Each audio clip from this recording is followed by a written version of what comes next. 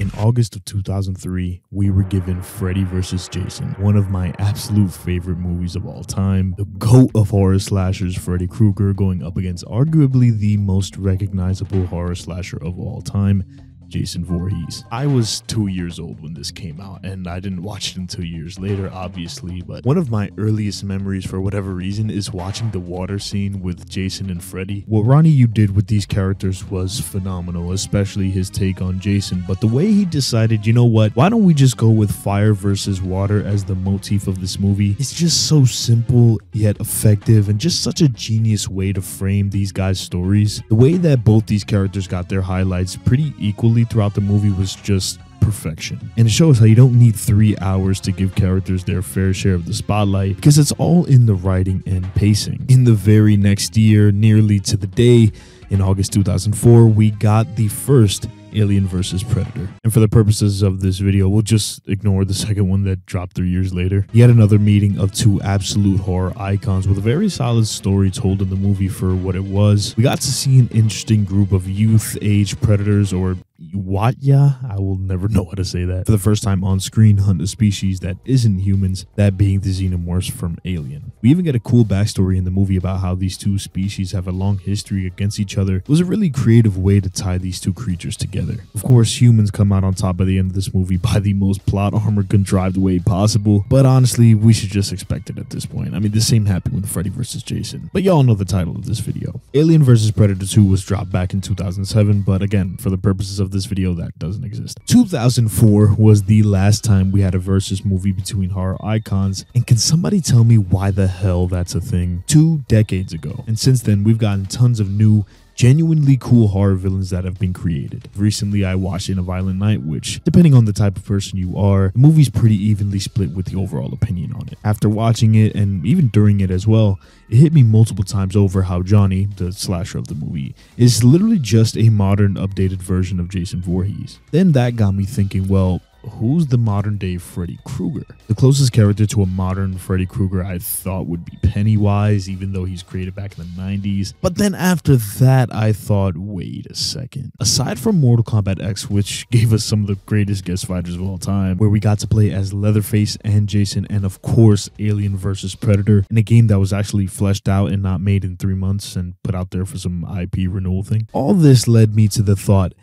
why has it been 2 decades without a versus movie in horror? In total, there are 22 films that are considered horror crossover movies, and only 8 of them being released after the year 2000, and only 3 of those being backed by actual studios. Also, I'm not counting the Unbreakable series, as those characters are all in the same universe technically, so they don't really fit the definition of a horror crossover or versus movie. Over the past few years, I guess you could say the closest thing to this is the MonsterVerse franchise and the Godzilla vs. Kong movies. But things like Death Battle and edits that people create of these characters still get tons of views, so what exactly are we waiting for? There's clearly an audience for this premise, and I think throughout time we've seen that when there's a battle between two sides that are even slightly similar, people show up to see the result. I mean, it's no coincidence that as of recording this, Godzilla vs. Kong 2 is a top 5 grossing movie of 2024. And let me tell you something, I watched that movie. Maybe 10 minutes of it because it put me to sleep. Now, there's many factors to this movie's success, but I want to point to the fact that it's a versus movie with 2 iconic horror adjacent characters. And with the multiverse being such a huge concept over the past few years, you'd think one of the biggest ideas that would come out of this era would be more versus movies. The multiverse is literally the perfect excuse, because even think back then, it barely made sense that Freddy was able to search hell and find Jason and follow him to where he died. They contrived the entire Alien vs. Predator history, and no, it didn't even make sense with the Universal monster crossovers in the 50s. But here we are with the multiverse, and by now it's an overused and overdone concept that people are getting tired of, but it's also the perfect storytelling device to explain why,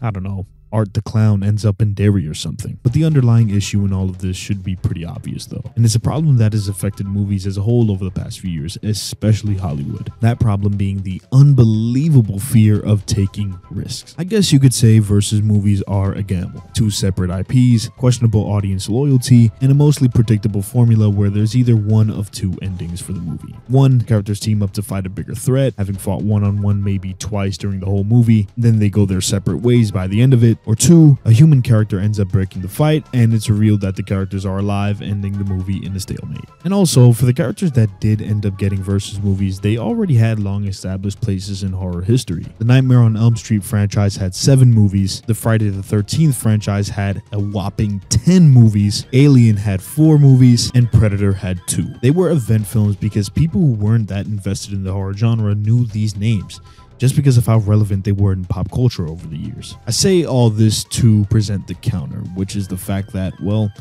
times have changed. We don't need 10 films to justify a character's relevance in horror. Social media does that just fine. I mean, just look at the marketing campaign for a character like Megan. That was amazing. The entire revival of Pennywise over the past few years, and the natural hype building around that Longlegs movie, which I absolutely cannot wait to see. This is going to be a little mini review on Longlegs. I thought the marketing for this movie was a lot better than the actual movie itself, funny enough. Not going into spoilers, but I don't expect anything much from Longlegs soon. But again, the way that this movie just got natural hype surrounding it is definitely worthy of praise in that regard, even if the movie didn't exactly quite live up to that. On the topic of a character like Megan though, while researching, I did find that Jason Blum, of course, CEO of Blumhouse, mentioned a crossover between her and Chauncey from Imaginary, which kind of sucked, but that's a separate topic. But it pretty much seems like this was just an idea thrown during a roundtable discussion though, unfortunately. And yeah, there's a few examples of ideas never coming to fruition, like a crossover for Sinister and Insidious, but it all seems to link back to being afraid to pull the trigger for the reasons that I mentioned. Nothing can surprise me at this point with just how out of touch these studios are when it comes to understanding what audiences want to see, even though social media is right in front of their faces. But to round out this video, I want to talk about a couple crossovers that I'd love to see, and I encourage you guys to do the same in the comments. Keep in mind, I'm going to be completely ignoring the contracts that these certain characters have with these studios, because even though that's one of the most important factors, I kind of just want to push that aside for a minute. So if you will, just hear me out for a bit. I alluded to my top crossover earlier, that being Art the Clown versus Pennywise. Clown versus Clown, pretty obvious pick here, and one that I think would be extremely fun to watch just because of how comedy driven these two characters are. And when it comes to actually battling, Art being practical, using tangible weapons that any regular human could use, versus Pennywise, who was essentially an alien, shapeshifting and basically using magical properties to perform his kills. I also love the contrast between these two guys' looks, Art being the plain black and white and Pennywise usually being in something colorful. And just imagine the marketing for a movie like this. Oh my God. Also, real quick, can this whole notion of Art being an industry plant in horror can it just stop like entirely? It's probably the most ridiculous statement I've seen over this past year,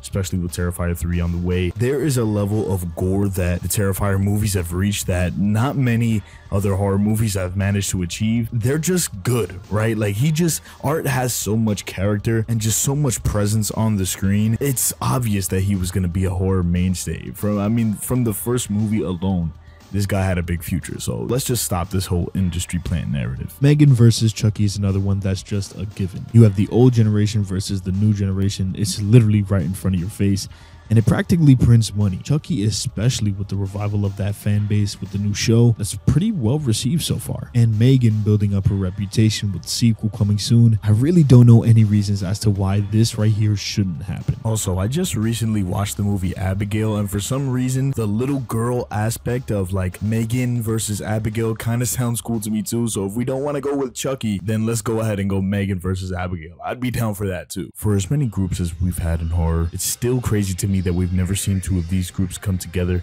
and clash for a movie, and I personally would love to see a group of ghost faces go against the Strangers. I think there's something really interesting about masked people going up against each other and nobody knowing anybody's identity, and just what that would look like for the victims in the movie. It'd just be completely chaotic, especially with the latest version of Scream being a family, I'm pretty sure, in the most recent one. Aside from all the Scream controversy, it is cool to see Ghostface featured in Mortal Kombat 1, where we're gonna see him fight the T-1000, so yet another horror crossover that we get in a video game, but it is very cool to see. I think it's only right that we make sure to include two monster franchises to go up against each other, since it's so iconic to the genre. Predators, yet again, I know, but this time instead of Alien, I'd love to see what they can do in a battle against the creatures from A Quiet Place. Their technology and love for hunting just seems like it'd be perfect to want to have a war on that species too, just like with the Xenomorphs. And I'd love to see how mobs of the Quiet Place creatures deal with a threat that can move just as fast, if not faster than they can. And of course, how humans deal with these two